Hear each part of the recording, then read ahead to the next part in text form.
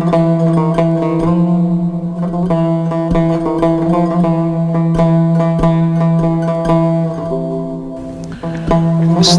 الله العظيم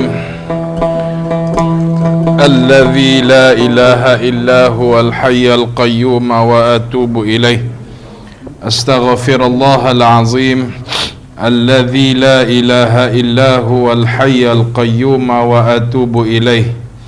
أستغفر الله العظيم الذي لا إله إلا هو الحي القيوم وأتوب إليه.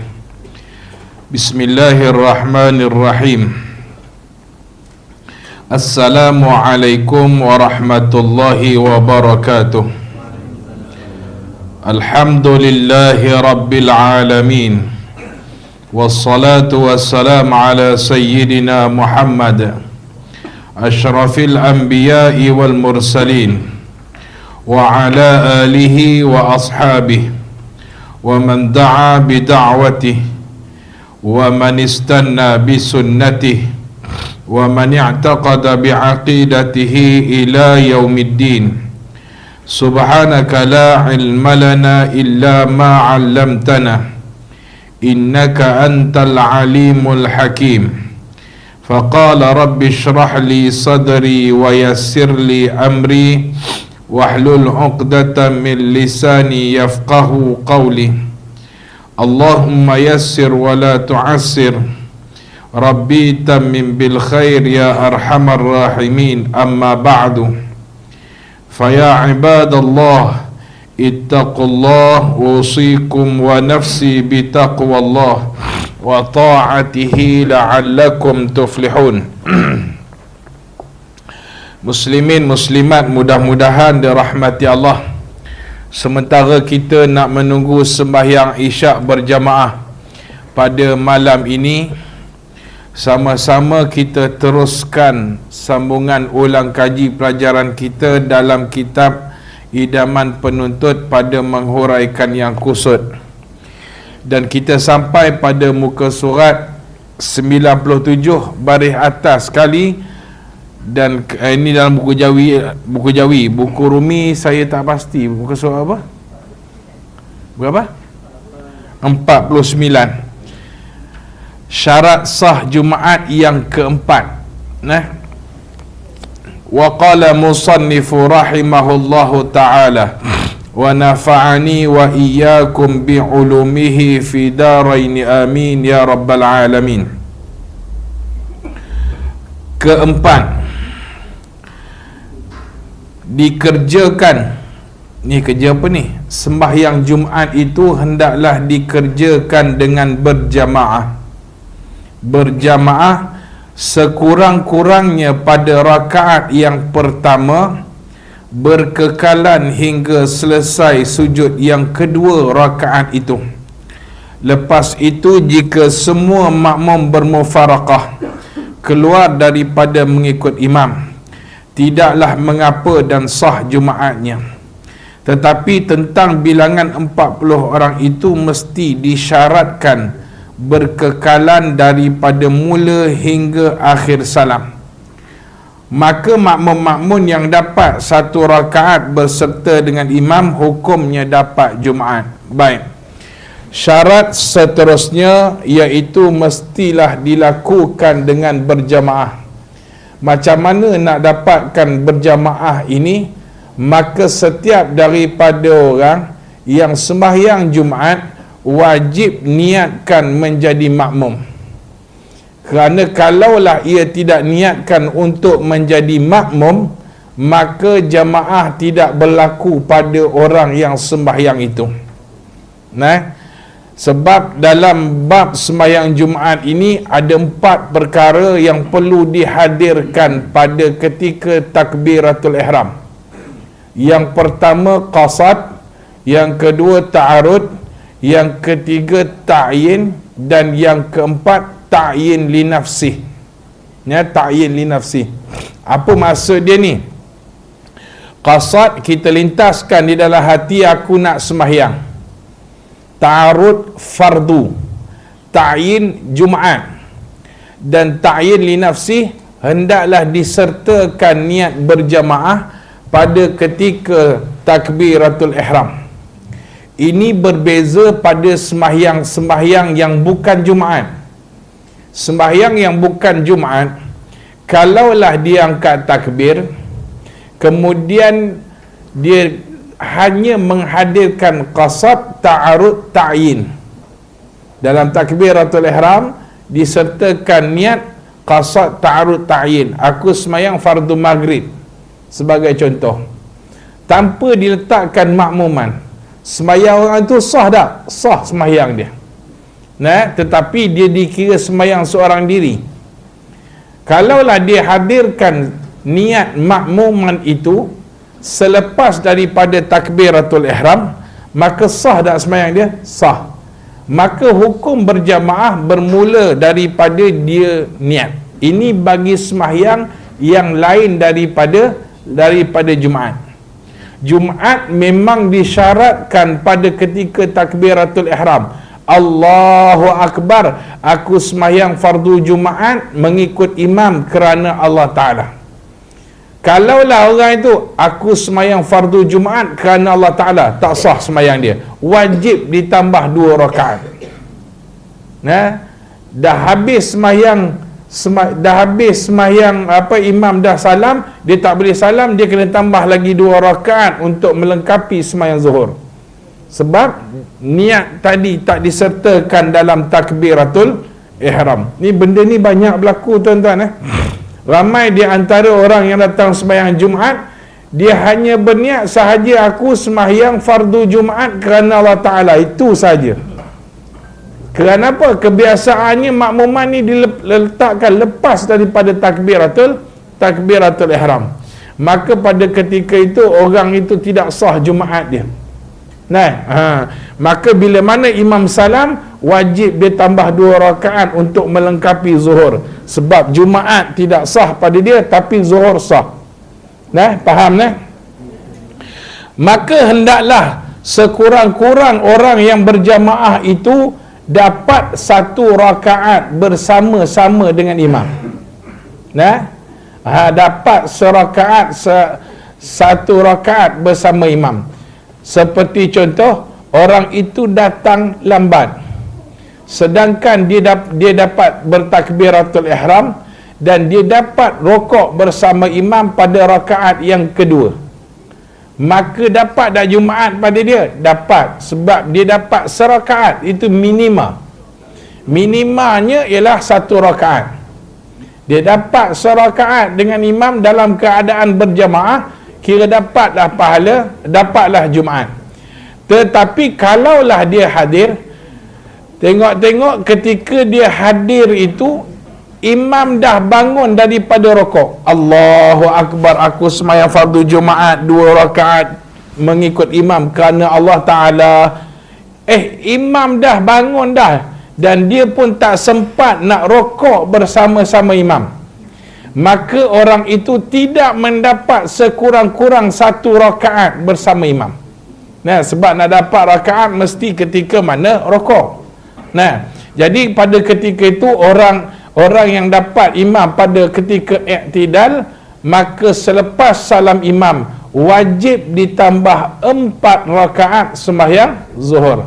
Ustaz, dia nak takbir tu, dia nak niat lagu mana? Nak niat zuhur ke atau nak niat Jumaat? Seperti yang kita sebut sebelum ini, selagi mana sembahyang Jumaat tidak habis, maka tidak boleh diniatkan zuhur.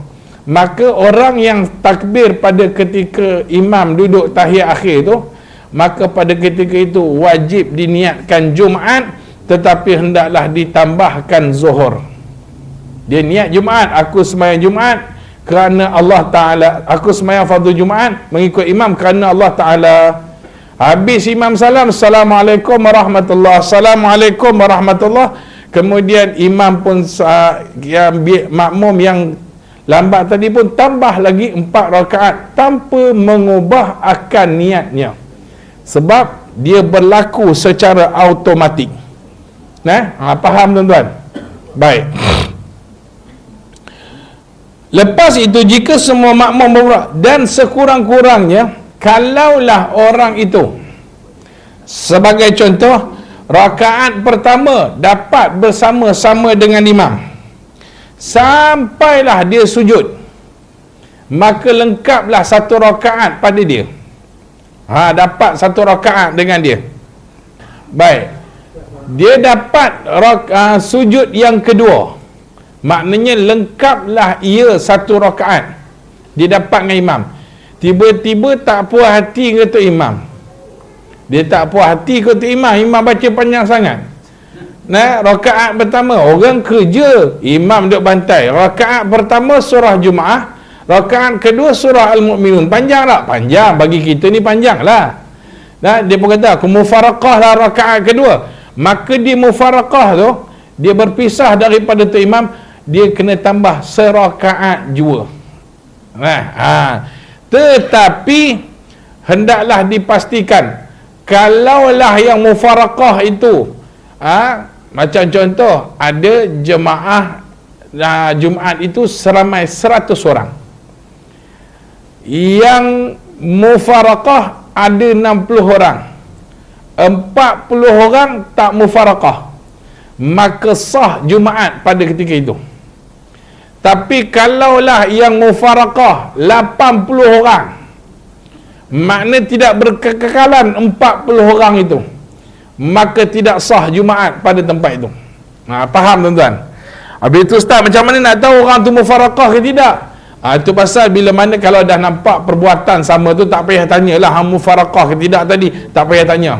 Sebab kalau tanya jadi susah. Baik, faham tuan-tuan? Kalaulah dia dapat serakaat sempurna, iaitu sampai sujud yang kedua pada rakaat pertama, kemudian dia nak mufaraqah, maka dia tambah serakaat saja lagi dan dia dikira dapat Jumaat. Tapi kena pastikan nak mufaraqah bukan semua boleh mufaraqah. Mestilah tinggal 40 orang tu dia berkekalan berjamaah sampai salam. Baik, selesai. Itu yang keempat, syarat keempat, wajib secara berjamaah. Dan secara kesimpulannya, jemaah ini dihasilkan daripada niatnya. Kalau niat ada makmum niat berjamaah, maka pada ketika itu sahlah Jumaat, sahlah sembahyang Jumaat pada pihak dia. Tapi ustaz, yang masalahnya imam yang tak niat ustaz. Imam yang tak niat, adakah sah sembahyang Jumaat dia? Adakah sembahyang Jumaat dekat tempat tu sah? Baik, kalaulah 40 orang tidak termasuk imam, maka sembahyang dia sah. Kerana dasarnya sembahyang fardu ini imam tak wajib sebut imaman tuan-tuan. Secara dasarnya imam tak wajib sebut imaman. Tapi dalam sembahyang Jumaat dia wajib sebut imaman. Jadi persoalan dalam hati yang kita tak tahu, tu usah duk bincang lah. Lantak dia lah dia nak niat ke tidak. Kalau dia tak niat, dia yang tak sah, kita sah. Cukup 40 orang, cukup, selesai masalah. Jangan pergi tanya Tok Imam, pergi pegang Tok Imam, nak tanya betul-betul ni, hang niat tak makmum imaman tadi? Oh, tak saja aku tak niat. Ulang balik Jumaat. Kena pula dia cerita ke orang lain pula. Sama lah. Sebab kan orang sekarang ni jadi netizen yang bangang. Kan? Benda tak sepatut tanya, jangan tanya. Benda tak sepatut tanya. Senang cerita macam ni tuan-tuan. Benda yang bukan keahlian kita, jangan kita banyak cakap. Baru-baru ni nak tergelak pun ada sebab nampak kebodohan seseorang. Kalau dia tak bercakap tak nampak bodoh, tapi mula buka mulut bodoh selalu. Apa dia? Dia tanya dekat dalam Facebook, dalam TikTok apa semua. Tuan-tuan perasan tak? Tuan-tuan perasan tak? Sekarang ni waktu maghrib cerah lagi, dah maghrib dah. Cerah lagi, maghrib dah. Lepas tu subuh pula, kenapa lambat sangat? Dah nampak, dah habis sembahyang tu dah nampak matahari terbit dah. Perasan tak tuan? Kita kena semak semula. Hang siapa? Tuan-tuan, yang menyusun takwim tu bukan orang tepi jalan, tuan-tuan. Yakin tak pergi jumpa. Boleh. Dia kira yang masuk-masuk. Dah. Dia ada kepakaran masing-masing. Bidang dia masing, bidang falak. Dah mereka tahu dah. Dan jadual takwim semayang ni bukan hari tahun depan nak guna, tahun ni baru buat, bukan. Jadual waktu semayang ni 10 tahun sekali dia susun. 10 tahun sekali. Waktu saya tingkatan 3, datang pakar falak ke tempat kami, di pondok kami. Dia cerita, tingkatan 3 saya umur berapa? Saya ada peralihan setahun, 15. Saya 15. Dalam waktu 15 tu, 15 tahun tu, untuk tahun depa dah susun sampai tahun 2020, sebab waktu tu duk fikir wawasan 2020 kan. Depa dah susun waktu semayang sampai tahun 2020. Itu kepakaran mereka. Yang depa tak boleh nak tentukan, bukan kepakaran mereka ialah nak tentukan hari kiamat tu je. Lain pada tu semua sudah ditetap, dah disusun. Dah awak bukan daripada ahli dia, jangan banyak cakap. Sekarang ni banyak nak jadi mufti, tuan-tuan. Dalam Facebook lah, dalam TikTok, pakat-pakat jadi mufti belaka. Bukan ahli, senyap sudahlah. Sian kita kan. Kita terjebak dengan benda-benda tu. Betul lah. Duk tengok.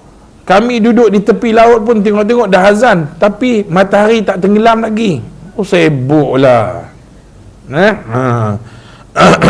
Baik. Jadi tak payah susah-susah tanya yang benda kita bukan ahli ya.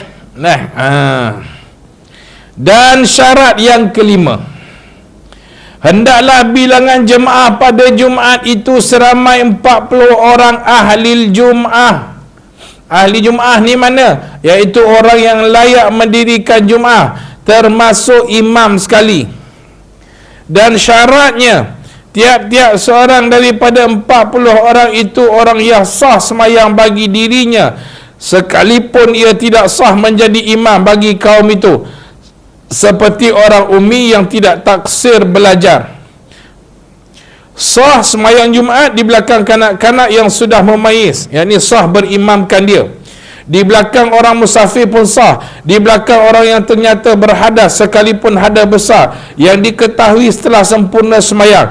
Demikian juga di belakang sahaya. Syaratnya bilangan 40 orang ada cukup dengan tiada termasuk mereka. Tetapi sekiranya mereka termasuk dalam bilangan 40, nescaya tidak sah Jumaat itu. Sebagaimana telah dinyatakan dalam syarat yang keempat. Mana syarat 4? Bahawa bilangan 40 itu disyaratkan berkekalan hingga selesai semayang. Maka jika berlaku kurang di tengah-tengah semayang dengan sebab seorang daripadanya batal dan sebagainya, hendaklah mereka yang tinggal itu menyudahkan dengan sembahyang zuhur. Mestilah 40 orang itu orang yang ahli Jum'ah, iaitu yang diperkirakan 40 itu. Mana? Orang itu mesti mastautin, mestilah lelaki, mestilah merdeka. Apa maksud dia? Maksud dia kalau perempuan datang pun tak dikira 40 orang. Kalau orang musafir datang sekalipun, ataupun orang bermukim, tidak dikira 40 orang, kerana 40 tu mesti mastautin. Dan kalaulah yang datang itu kanak-kanak, maka tidak dikira 40 orang kanak-kanak itu. Walaupun dia semayang betul, dia semayang lebih elok daripada orang tua-tua semayang, maka dia tidak dikira 40 orang. Walaupun kanak-kanak itu mengikut bapa dia yang mastautin, maka tetap kanak-kanak itu tidak dikira 40 orang. Tetapi kalaulah depa jadi imam, sah tak? Sah ikutan, dengan syarat 40 tu tidak termasuk dia. Sebagai contoh lah tuan-tuan kan, di negeri Selangor ni terkenal juga khatib-khatib jemputan. Nah, kalau tempat tersebut memang cukup 40 orang, tidak termasuk khatib jemputan, maka sah. Tapi kalaulah khatib jemputan itu termasuk 40 orang, sedangkan khatib itu bukan mastautin dalam kawasan tersebut, maka tidak sah Jumaat. Nah, tapi masalah 40 orang ni tak usah bimbang tuan-tuan, sebab tak pernah lagi jumpa masjid kurang 40 orang. Dia timbul masalah ni kat mana? Dekat masjid-masjid kampung, belah-belah Baling, belah-belah Kulim, belah-belah Gua Musang, dekat-dekat pos orang asli. Yang tu yang jadi sukar sikit. Tapi di Kuala Lumpur ni tidak akan timbul masalah kerana cukup 40 orang, malah melempah-lempah keluar daripada masjid. Ustaz, apakah perbezaan orang mastautin dengan orang mukim? Perbezaan orang mastautin dengan orang bermukim ialah orang mastautin ialah orang yang ada harta di tempat tersebut, yakni ada rumah dia, rumah sendiri ya, bukan sewa.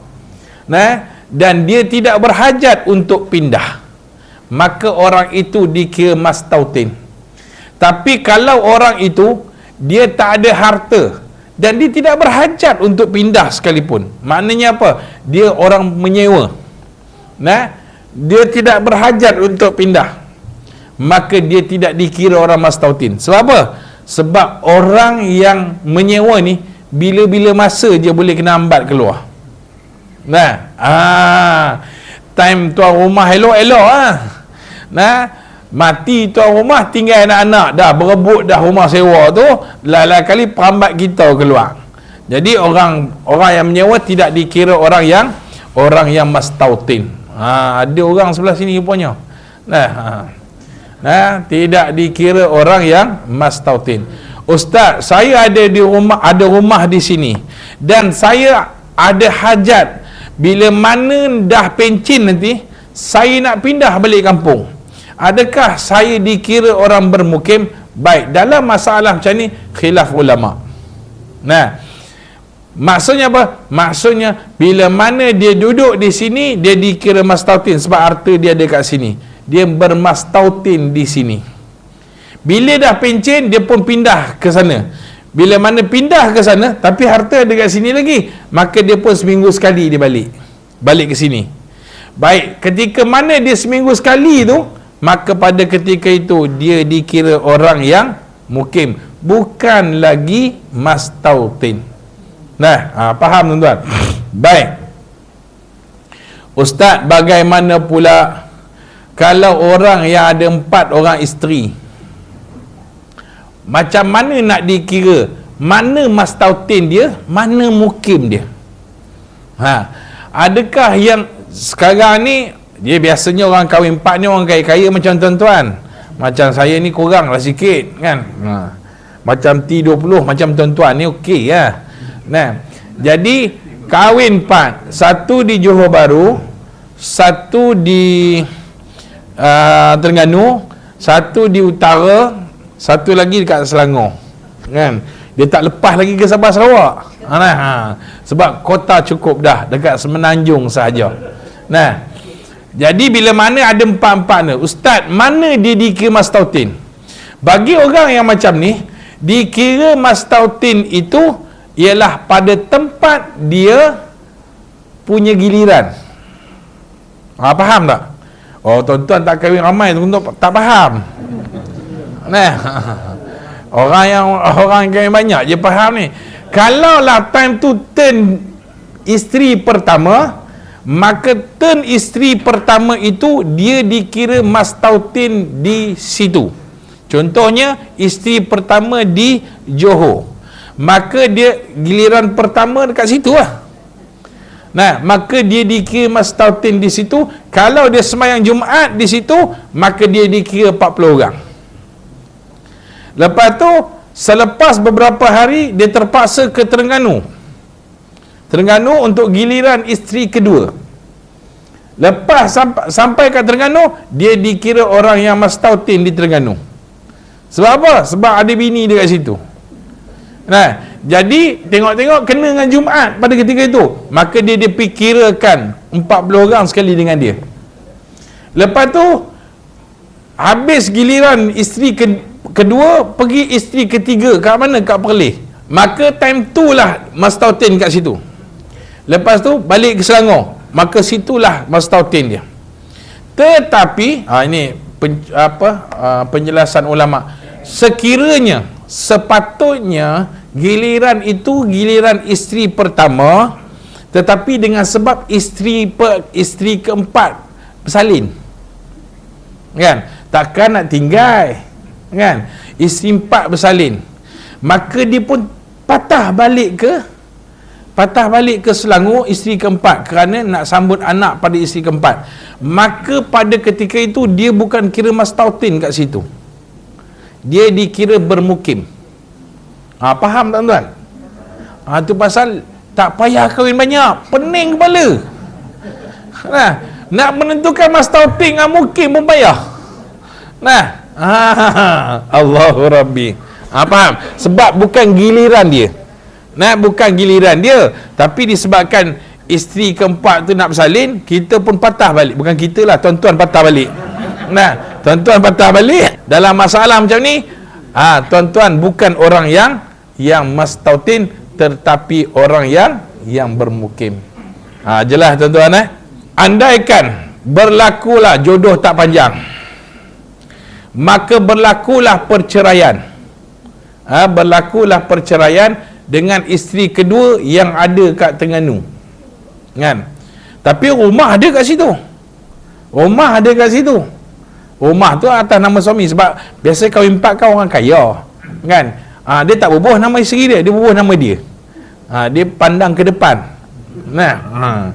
Kalau apa-apa berlaku, kau kena keluar, kan? Jadi sekarang ni Ustaz, isteri yang kedua dah tak ada, tapi masih ada lagi rumah di sana. Berapa rumah di sana tu? Yelah, nak healing boleh lah ke sana, kan? Dok bergaduh dengan isteri pertama, isteri ketiga, isteri keempat gaduh, lari pergi Terengganu. Walaupun di Terengganu dah tak ada isteri yang kedua dah. Jadi pada ketika itu, adakah dia dikira orang bermukim, bermas Tautin di situ? Tidak dikira Mas Tautin dah. Sebab dia dikira orang yang menyinggah. Faham tuan-tuan? Waktu dikira Mas Tautin tu pasal apa? Sebab dia ada isteri kat sana yang memang Mas Tautin kat sana. Pening tak? Pening. Janganlah ada cerita-cerita tuan-tuan. Faham tuan-tuan? Baik, selesai. Dan syarat bagi orang 40 ini mestilah sembahyang dia sah pada diri dia, walaupun dia tidak sah pada orang lain. Seperti contoh, orang tu baca Fatihah tak berapa nak kena. Baca Fatihah tak berapa nak kena. Tapi dalam masa yang sama dia belajar, tapi lah lidah keras tuan-tuan. Umur 80 baru belajar tajwid. Dengan gigi tak ada depan, berbunyi macam tu. Jadi dalam masalah macam ni dia dah usaha dah Ustaz. Kelas tajwid tak pernah ponteng, mesti ada dia. Tapi itulah tak betul-betul juga bacaan dia. Sembahyang dia sah tak? Sah. Pada pihak dia sah, tapi dia tak boleh jadi imam. Maksudnya dia tak boleh mengesahkan sembahyang orang lain. Walaupun begitu, dia jadi makmum pada sembahyang Jumaat pada ketika itu, maka sah Jumaat pada tempat yang tersebut. Jelas tuan-tuan. Dan syarat yang keenam, syarat keenam mestilah didahulukan dengan 2 khutbah, dan khutbah itu pula mengandungi 5 rukun. Mestilah didahulukan dengan khutbah. Dia bukan macam sembahyang raya. Sembahyang raya, sembahyang istisqa, sembahyang apa, gerhana bulan, gerhana matahari, semuanya berlaku selepas daripada sembahyang. Tapi sembahyang Jumaat tidak. Sembahyang Jumaat ini berlaku khutbah itu sebelum daripada sembahyang. Kerana 2 khutbah itu menggantikan akan 2 rakaat awal dalam sembahyang zuhur.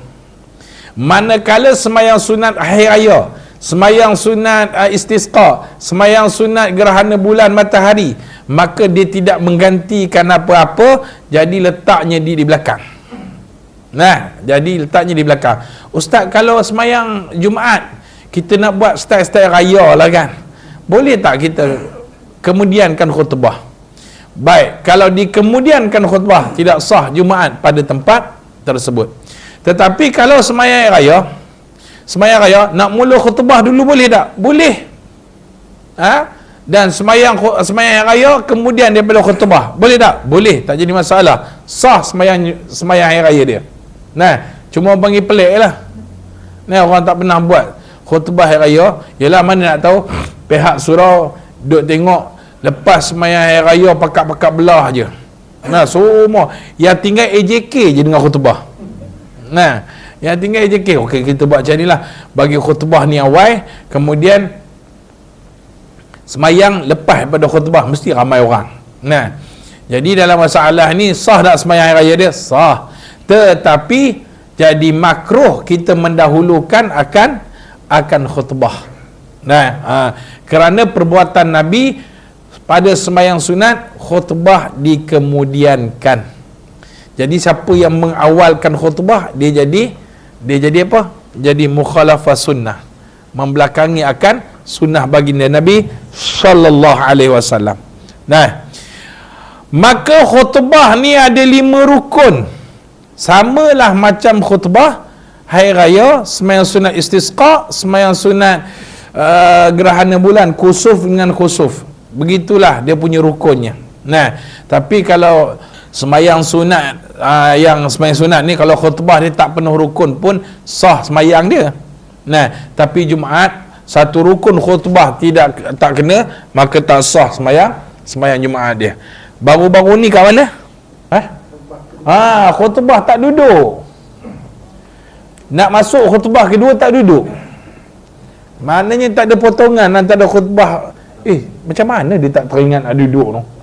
Kita tengah macam khutbah pun kira nak duduk. Macam mana dia boleh tak duduk? Pening tu imam tu. Jadi kena ulang balik semayang. Dan dikhabarkan yang pihak Majlis Agama Islam mengeluarkan kenyataan sehari selepas, tak silap saya, sehari selepas. Maka bila mana sehari selepas tu, maknanya kena qada semayang zuhur. Tak usah dia buat Jumaat ni. Dia buat Jumaat. Buat pun ni. Dah qada sembahyang Jumaat semalam. Majlis agama suruh. Dah. Sembahyang Jumaat hari Jumaat je lah. Ni hari Sabtu kan. Baik. Maka khutbah Jumaat itu ada 5 rukun, iaitu 5 rukun ni wajib buat. Rukun maksudnya wajib buat. Yang pertama, membaca alhamdulillah, memuji Allah atau nahmadullah atau lillahil hamd, tidak diluluskan lain daripada ini. Alhamdulillah. Ustaz, saya ni belajar bahasa Arab, Ustaz. Saya tukarkan perkataan alhamdulillah, saya tukarkan kepada al-madhu wa syukru lillah. Al-madhu wa syukrillah. Sebab apa? Maksud alhamdulillah ialah al-madhu wa syukru. Madah yakni memuji dan syukur. Kalau orang Melayu kan, kalau terima kasih, syukur tu terima kasih je lah, taklah puji. Tapi dalam bahasa Arab, dalam perkataan alhamdulillah tu termasuk memuji dan mengucap terima kasih. Jadi sekarang Ustaz, saya tukar sebab saya belajar bahasa Arab. Saya tukarlah al-madhu wa syukru lillah. Boleh tak? Tak boleh. Dia mesti dengan perkataan tahmid, yakni alhamdulillah. Alhamdulillah ataupun nahmadullah ataupun lillahil hamd. Itu saja. Janji ada perkataan hamdu. Hamdu. Baik. Yang kedua, salawat atas Nabi sallallahu alaihi wasallam. Seperti Allahumma salli ala Muhammad, atau nusalli, atau usalli ala Muhammad, atau ala Ahmad, atau ala Nabi, dan seumpamanya. Ustaz, kalau kita ni hak ngaji bahasa Arab lah, ditukarkan dengan kata nama je. Allahumma salli alaih, ya Allah, selawat dan salam atasnya.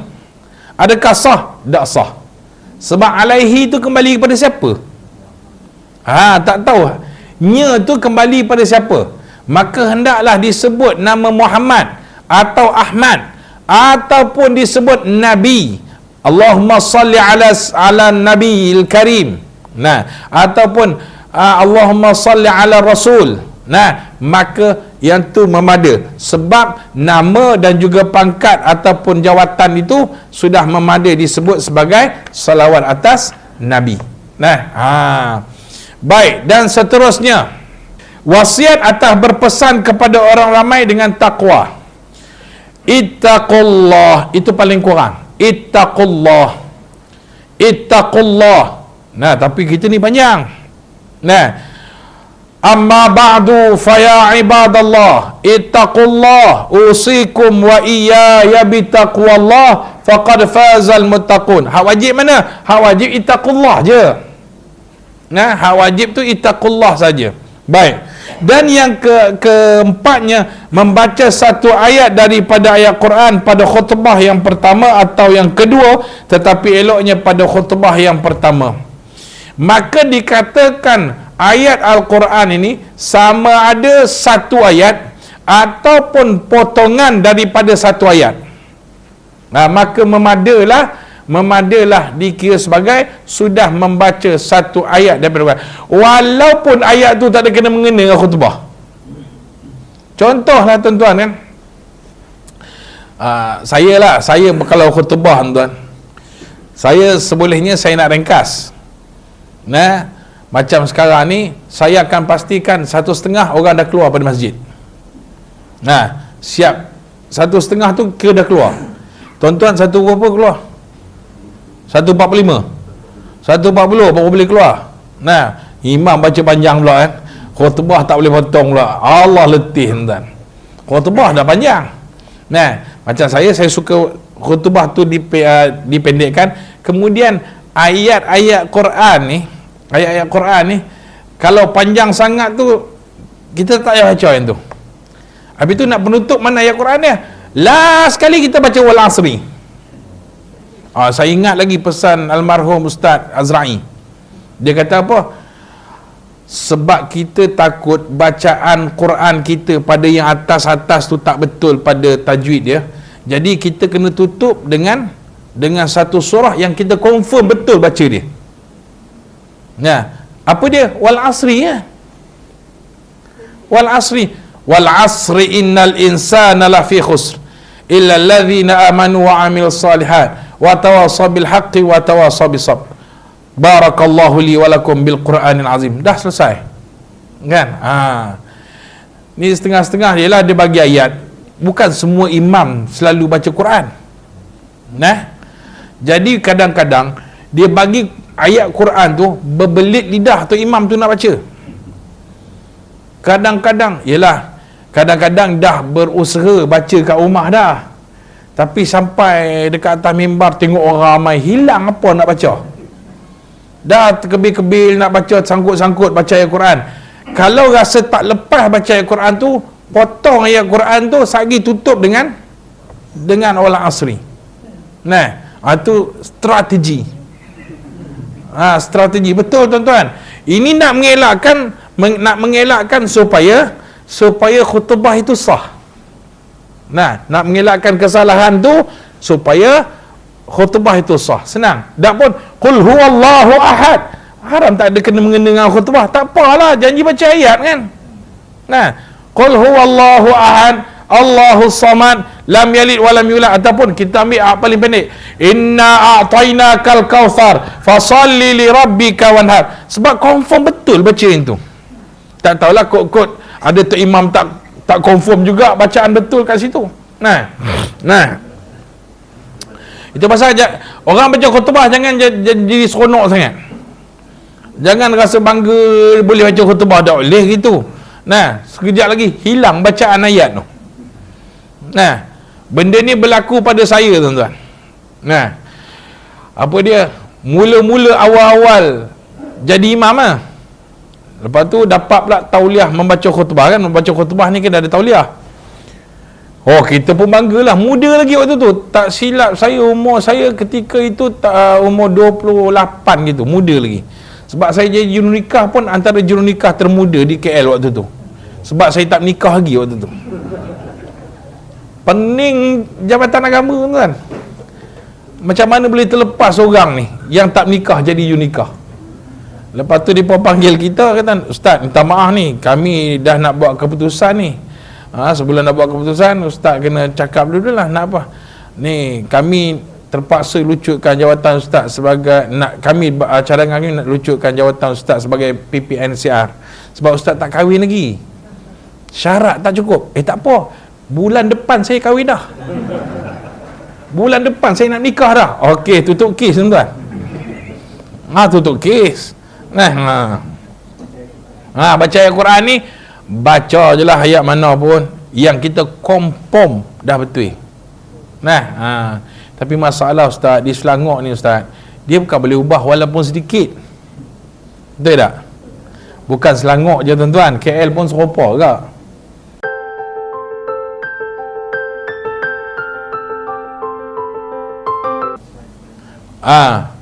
Hukum membuat perkara lain selain daripada mendengar khutbah. Kalaulah ia melihat sambil dia mendengar, itu tak jadi masalah. Tapi kalau dia sibuk dengar tu, maka hilanglah pahala dia. Pahala mendengar hilang. Jenis baru nak bertatih tulisan Jawi kan. Mim. Imam dah ada khutbah panjang, dah habis nak khutbah dah. Hilanglah pahala dia. Tapi kira tak pahala dia? Kira. Sebab dia mendengar walaupun tak faham. Macam tuan-tuan sembahyang dekat Masjid India. Siapa pernah sembahyang Masjid India? Faham tak ada khutbah? Masjid India, Masjid Pakistan. Tu yang saya kata, saya pelik ada geng-geng Melayu pergi sembahyang kat Masjid India, sembahyang Jumaat. Saya pelik betul. Hampa faham kan? Tak faham. Lepas tu saya tengok kitab balik, tak syarat faham pun. Dengar khutbah ni tak syarat faham. Tuan-tuan pergi ke Mekah, imam khutbah bahasa Arab. Faham tak? Tak faham. Tapi sekarang ni okey dah. Sebab dia ada translator. Tapi kena pasang app. Dan kena download app. Jadi tekan tu, dia tunjukkanlah bahasa dia. Ataupun kalau ada earphone, kita boleh dengar dia punya dia punya terjemahan dalam bahasa Malaysia, bahasa Melayu. Bahasa Melayu, bahasa Indonesia, lagi bahasa apa tak, banyaklah bahasa yang ditranslatekan. Jadi syaratnya mendengar je. Faham tak faham cerita lain. Tapi banyak yang tak faham. Balik itu. Imam khatib cakap dah, jangan mencuri kasut. Hilang kasut khatib. Hilang kasut khatib, dia sental dulu. Rupanya tak faham. Satu lagi tuan-tuan, Tok Khatib ni biarlah Tok Khatib yang jelas sebutan dia. Baru-baru ni saya semayang dekat satu tempat lah, tak nak sebut lah. Imam dia berkhutbah kut hidung. Bukan sengau tau, tapi dah memang kut hidung.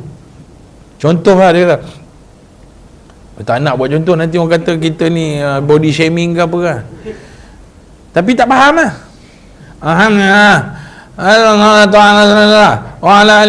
Saya dengan alhamdulillah saya tidur dah. Dah lah potong pun tak berani.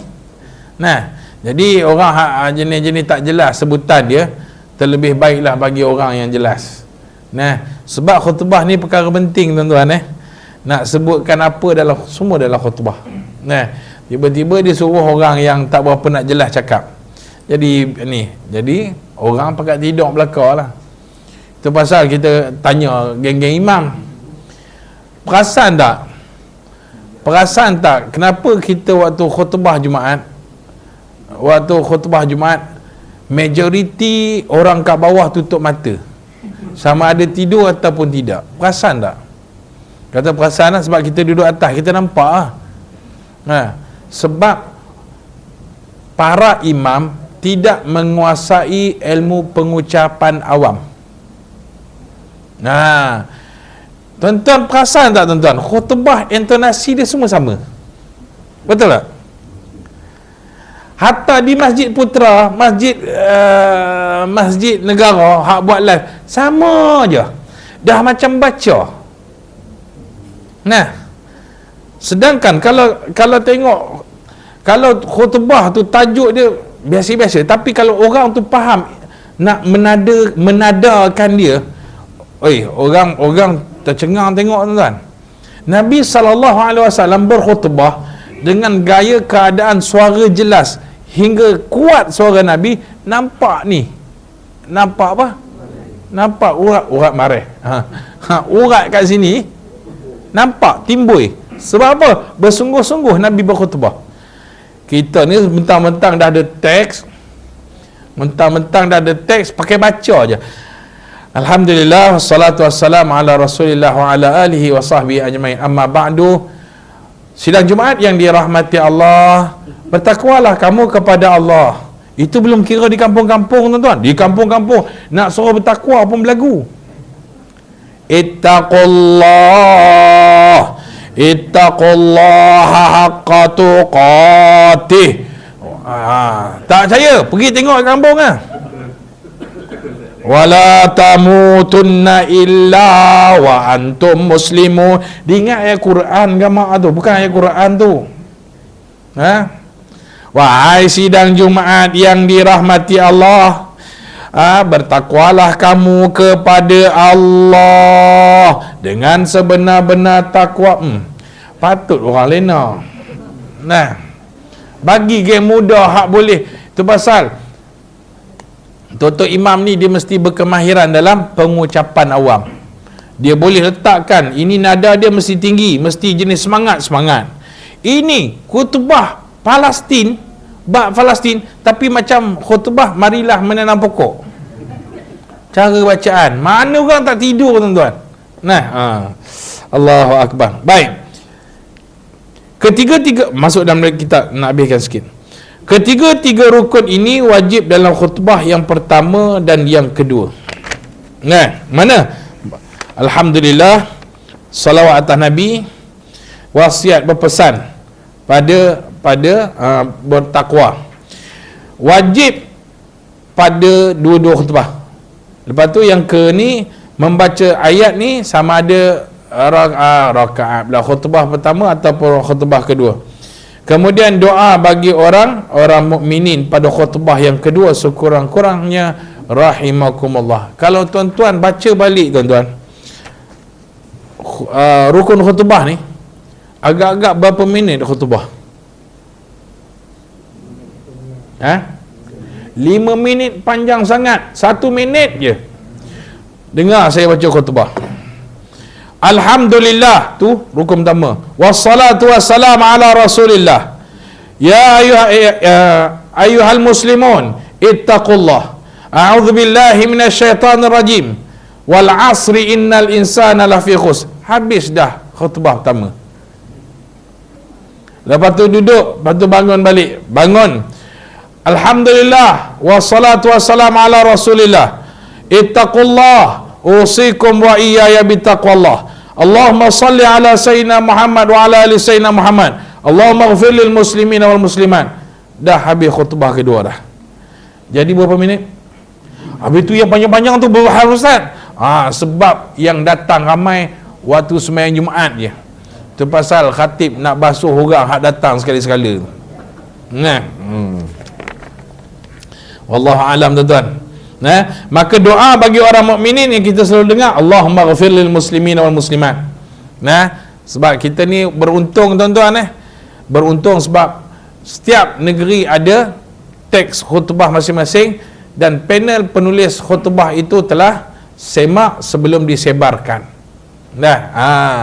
Yang jadi masalah orang yang berkhutbah sendiri takut ada benda terlupa. Itu pasal kalau nak berkhutbah kat mana pun, pastikan kita jaga rukun-rukun dia. Dia kadang-kadang ustaz-ustaz ni semangat tuan-tuan, semangat. Saya tengok P.U. Faiz baca khutbah. Semangat, tapi dia baca khutbah Hak Jaiz bagi ya. Bila tanya ke dia, kenapa ustaz tak buat khutbah ni, macam mana ustaz boleh berdebat dengan P.U. dengan Ustaz Salman Ali, kenapa tak baca khutbah ni? Dia kata apa? Dia kata, kalau baca sendiri nanti jadi payah, takut ada tertinggal rukun. Kalau baca teks ni dah memang confirm dah rukun dia mana dah susun dia lah. Baca je lah apa yang ada. Apa susah? Kan? Wallahu alam tuan-tuan. Jadi apa-apa pun siapa-siapa yang ditakdirkan boleh baca khutbah nanti, maka peganglah akan rukun-rukun ini. Baik. Akan datang kita masuk kepada syarat kepada rukun. Syarat kepada rukun. Wallahu alam. Ya.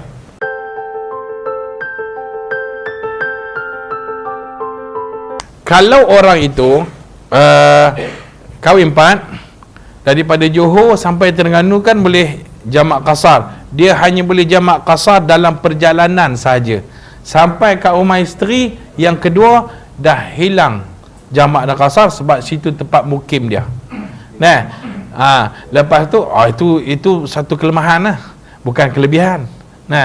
Jadi kalau lepas tu dia pergi ke Perlis pula, dalam perjalanan sahaja boleh. Dalam perjalanan sahaja boleh. Kemudian begitulah seterusnya. Itu dalam bab semayang jamak dan qasar. Wallahu a'lam. Ada cita-cita? Tak ada lah. Wallahu a'lam tuan-tuan. Cukuplah dekat tu melawak je ya. Melawak. Subhanakallahumma wa bihamdika asyhadu an la ilaha illa anta nastaghfiruka wa natubu ilaik. Bismillahirrahmanirrahim. Wal 'asri innal insana lafi khusr illa alladhina amanu wa 'amilus solihat wa tawassaw bil haqqi wa tawassaw bis sabr. A'udzu billahi minasy syaithanir rajim. Bismillahirrahmanirrahim. Alhamdulillahi rabbil alamin. Wassalatu wassalamu ala sayyidina Muhammad asyrafil anbiya'i wal mursalin wa ala alihi wa ashabihi ajma'in. Allahumma ja'al jam'ana hadha jam'an marhuma wa tafarruqana min ba'dihi tafarruqan ma'suma. Rabbi ja'alna muqimas salah wa min dhurriyyatina Rabbana wa taqabbal du'a. Sallallahu ala sayyidina Muhammad walhamdulillahi rabbil alamin. Assalamualaikum warahmatullahi wabarakatuh.